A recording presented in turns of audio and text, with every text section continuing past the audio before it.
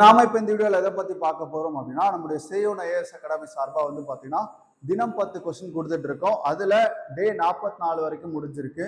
கிட்டத்தட்ட 440 கொஸ்டின் பார்த்துருக்கோம். இன்னைக்கு டே 45க்கான ஒரு 10 கொஸ்டின் பார்ப்போம். நான் கொஸ்டின் வாசிக்கிறேன், அது தெரிஞ்சால் நீங்கள் என்ன பண்ணுங்க அப்படின்னா ஆன்சர் பண்ணுங்கள். நான் டீட்டெயில் ஆன்சர் சொல்கிறேன். ஓகே, ஃபர்ஸ்ட் பாருங்க. இந்தியாவின் மிக நீளமான அணை எது? உலகின் மிக உயரமான புவியீர்ப்பு அணை எது? குடியரசுத் தலைவருக்கான குறைந்தபட்ச வயது தகுதி எது? மாநிலங்களவை உறுப்பினரின் பதவி காலம் எத்தனை ஆண்டுகள்? புதிய பொருளாதார கொள்கை யார் அறிமுகப்படுத்தினா? எல்பிஜியோடைய தந்தை யாரு?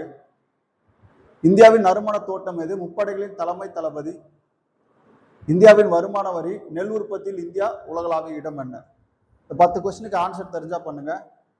ஓகே, இந்தியாவின் மிக நீளமான அணை எது அப்படின்னு பாத்தீங்கன்னா ஹீராகுட் அணை. கிட்டத்தட்ட 25 கிலோமீட்டர் அளவுல கட்டப்பட்டிருக்கு. ஓகேவா? இந்தியாவின் மிக நீளமான அணை எது அப்படின்னா ஹீராகுட். ஓகேவா? அடுத்து பாருங்க, உலகின் மிக உயரமான புவியீர்ப்பு அணை வந்து பாத்தீங்கன்னா பக்ரா நங்கல்.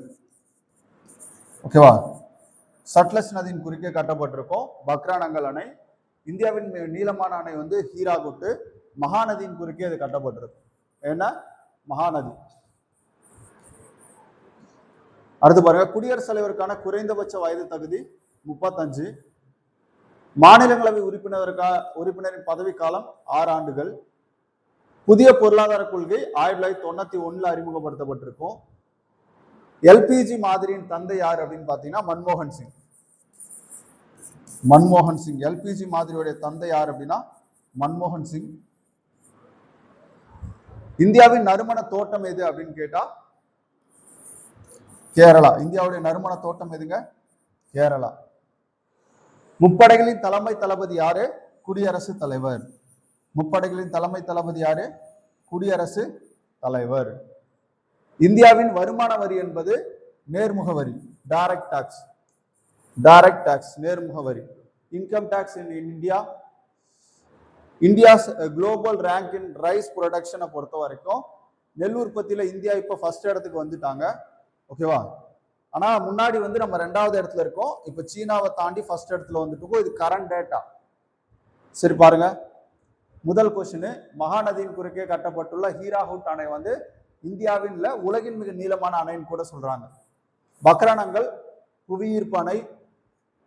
குடியரசுத் தலைவருக்கான குறைந்தபட்ச வயது 35. மாநிலங்களவை உறுப்பினர்கள் 6 ஆண்டுகள். எல்பிஜி கொண்டு வரப்பட்டது 1991. எல்பிஜியோடைய தந்தை யார் அப்படின்னா டாக்டர் மன்மோகன் சிங். நறுமண தோட்டம் வந்து கேரளா. குடியரசுத் தலைவர் முப்படைகளின் தலைமை தளபதி. நேர்முக வரி, வருமான வரி அப்படின்றது நேர்முக வரி. இப்போ வந்து நெல் உற்பத்தியில நம்ம ஃபர்ஸ்ட் இடத்துல இருக்கோம். இது முன்னாடி ஸ்கூல் புக்ல இருக்க டேட்டா. பட் கரண்ட் டேட்டா வந்து நம்ம எத்தனாவது இடத்துல இருக்கோம்? முதல் இடத்துல இருக்கோம். ஓகே, அப்போ டே 45க்கான ஒரு 10 கொஸ்டின் பார்த்துருக்கோம்.